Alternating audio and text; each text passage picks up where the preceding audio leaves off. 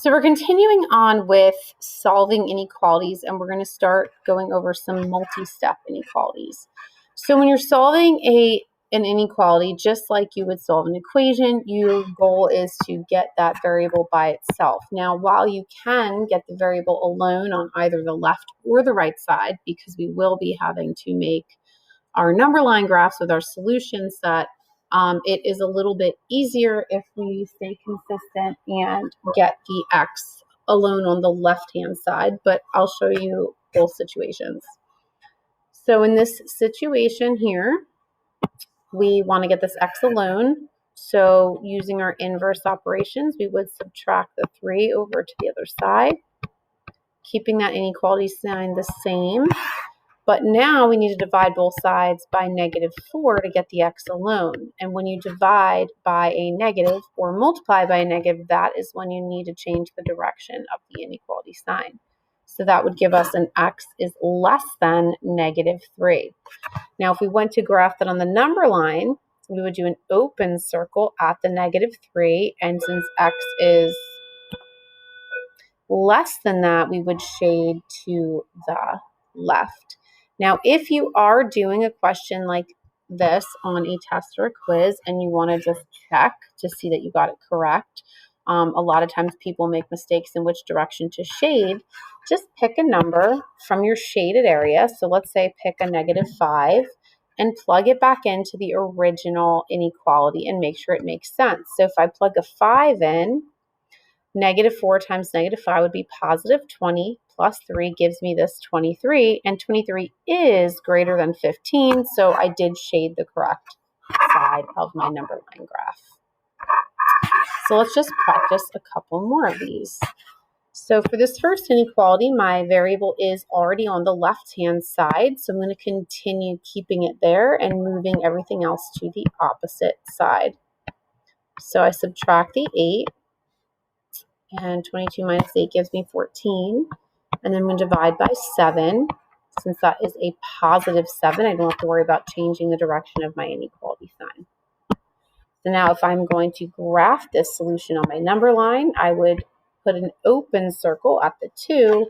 And because my variable is on the left, I can use my inequality sign sort of as a directional clue, and it'll tell me that I'm going to shade to the right, since that's the way the inequality sign is pointing. Now, if I do the next one, notice this time my variable is on the right-hand side. So I'm just going to leave it there for now. I'm going to use my inverse operations to move my 9 over. So this gives me a -16 is greater than or equal to -2. The -2x, I'm going to divide by a -2. Which is going to reverse the direction of that inequality sign. Now, I do have my solution, which is 8 is less than or equal to x. However, I can't use that little directional cueing with my inequality sign when the variable is on the right. So I'm going to rewrite my problem by swapping the x to the left, my 8 to the right, but then I have to make sure my inequality sign also is switched. To still be pointing towards the 8 and opening towards the x. This way, when I go to do my number line graph, and I know I have a closed circle at the 8, but I'm going to utilize this solution because the variable is on the left, and now I can use that little cueing there, showing my inequality sign pointing to the right, and I know that the number line will be shaded towards the right. Number 3, this time my variable is already on the left, so I'm going to add the 6.9 to both sides. 2.3x is less than, and I believe that's 12, 13, 14.03. And then we're going to divide both sides by 2.3. It's a +2.3, so I don't have to worry about changing my sign or anything. And if I remember correctly, I believe the answer is 6.1, but you can definitely check that on your calculator. Okay, so now at this point, doing my number line, I'm going to do a 6.1 with an open circle. And because, again, my variable here is on the left, I can use my inequality sign as an arrow, pointing to the left, telling me which way to shade.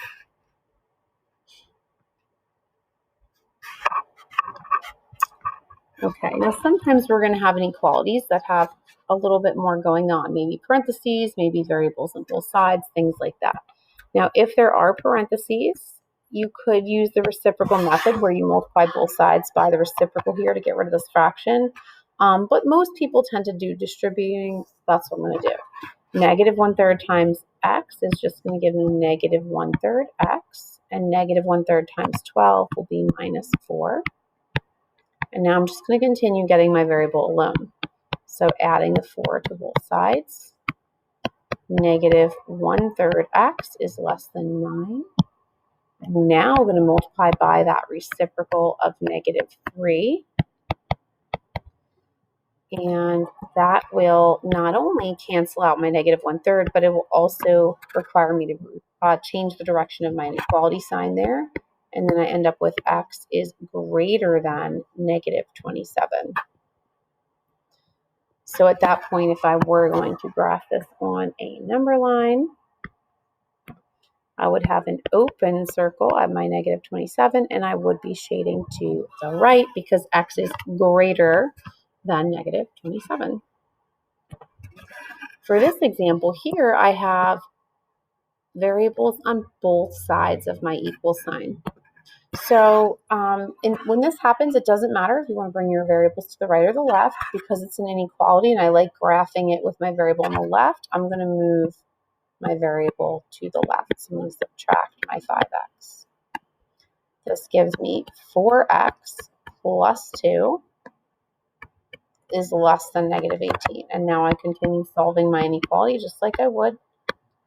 4x is less than negative 20. And now I'm going to divide by 4, and I'm going to get x is less than negative 5. Now notice I did not change the direction of my inequality sign here. Even though my 20 was negative, I did not divide by negative. I was dividing by a positive 4, so I do not need to change the direction of my sign. Oops, this is a negative 5 here. So then I would put an open circle at the negative 5 on my number line, and x is less than negative 5, so I'm going to go to the left.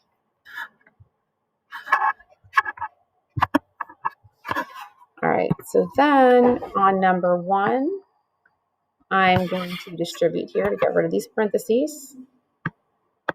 6x minus 21 is greater than 15.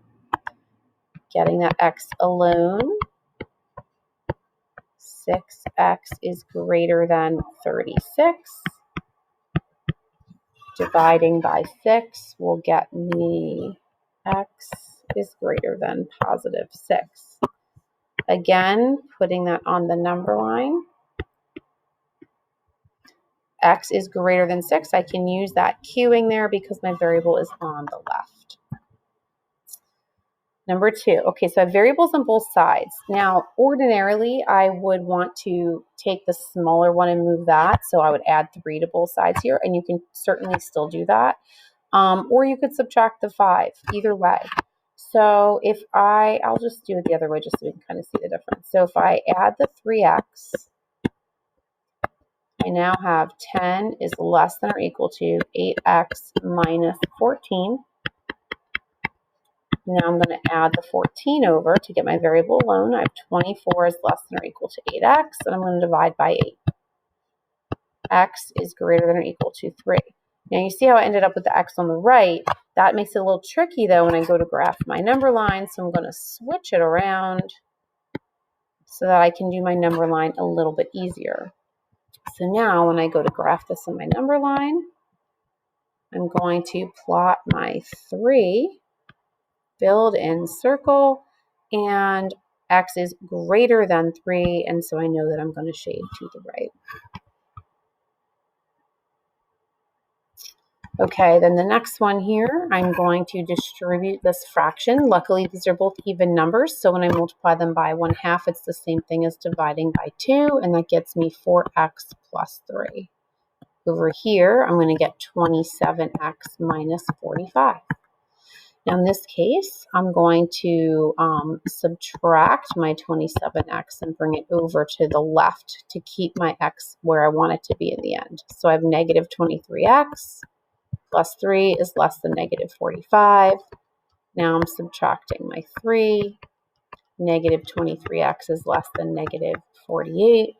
And now I'm going to divide by a negative 23, which of course will force me to flip my inequality sign. And this, I believe, is 2.1. We round to the nearest 10. So then when we go to put this on our number line, we have 2.1 with an open circle, and I can use that little directional cue there because my variable is on the left, so I'm going to shade to the right. Okay, now the last type I want to go over with you are those that have a special number of solutions, either no solution or infinitely many. So in these types of problems, you start them out the same way, right? So 5 times 3x is 15x. 5 times 2 is 10. And then I happen to notice, I have a 15x on both sides. Well, I'm just going to continue moving along here. So subtracting the 15, and then I'm like, oh, wait a second, all of my variables cancel. So when all of your variables cancel, that tells you it's one of these special solutions. It's either no solution or infinitely many, and that's dependent on what you're left with. Is it a true statement or is it a false statement? So is negative 10 less than positive 7? Yes, it is, making this a true statement. So this is infinitely many solutions. Now, if we take a look at the next example, when I go to do my distributing here, I get 20 minus 28x. I'm going to bring all my variables to one side, but again, I'm noticing that I have the same thing on both sides, so they're going to cancel, and I'm left with 9 is greater than 20. Is 9 greater than 20? Absolutely not. So that would make this one no solution. So to just practice a couple more of those. Looking at number 1, we actually have a couple variables on the same side here that can be combined. So that gives me a negative 5m minus 4 is greater than 1 minus 5m. Now I'm noticing that I have a negative 5m on both sides, so I'm pretty sure these are going to cancel, which they do. I'm left with negative 4 is greater than positive 1. Absolutely not. So that is no solution. Taking a look at the next one. So I have 3n minus 13, and then 3n minus 6. Subtracting my 3n, of course, is going to cancel out all my variables. I'm left with negative 13 is less than negative 6, which is actually true. So this tells me it's infinitely many solutions. And finally, this last one here, I have 11p minus 3p, which is going to give me 8p over here on the left. When I distribute this 4, I get 8p minus 4 on the right. So obviously, if I have the same variable on both sides, an 8p, I know they're going to cancel out when I subtract the 8. I'm left with 6 is greater than or equal to negative 4, which is true. So again, this is infinitely many solutions.